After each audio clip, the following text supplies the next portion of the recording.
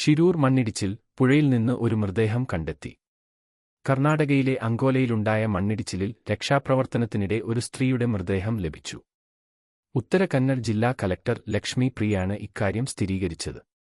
കാണാതായവരുടെ പട്ടികയിൽ സണ്ണി ഗൌഡ എന്ന സ്ത്രീയുടെ പേരുണ്ട്. എന്നാൽ മൃതദേഹം ഇവരുടേതാണോ എന്ന് സ്ഥിരീകരിച്ചിട്ടില്ലെന്നും കലക്ടർ പറഞ്ഞു. അതേസമയം മലയിടിച്ചിലിൽ കാണാതായ കോഴിക്കോട് കണ്ണാടിക്കൽ സ്വദേശി അർജുനായുള്ള പരിശോധന 8ാം ദിവസത്തിലേക്ക് കടന്നു. 7 ദിവസത്തെ തിരച്ചിലിൽ കരയിൽ ലോറി കണ്ടെത്താൻ സാധിച്ചില്ല.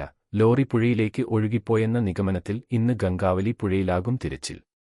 അപകട സമയത്ത് ഗംഗാവലി പുഴയിലൂടെ തടി അടക്കം ഒഴുകിയിരുന്നു. ഇത് അർജുന്റെ ലോറിയിലെ തടിയെന്നാണ് സംശയിക്കുന്നത്. ഇന്നലെ പുഴയിൽ നടത്തിയ പരിശോധനയിൽ സിഗ്നൽ കണ്ടെത്തിയ ഭാഗം കേന്ദ്രീകരിച്ചാണ് ഇന്നത്തെ പരിശോധന. നാവികസേനയ്ക്കൊപ്പം കരസേനയും തിരച്ചിൽ തുടരും.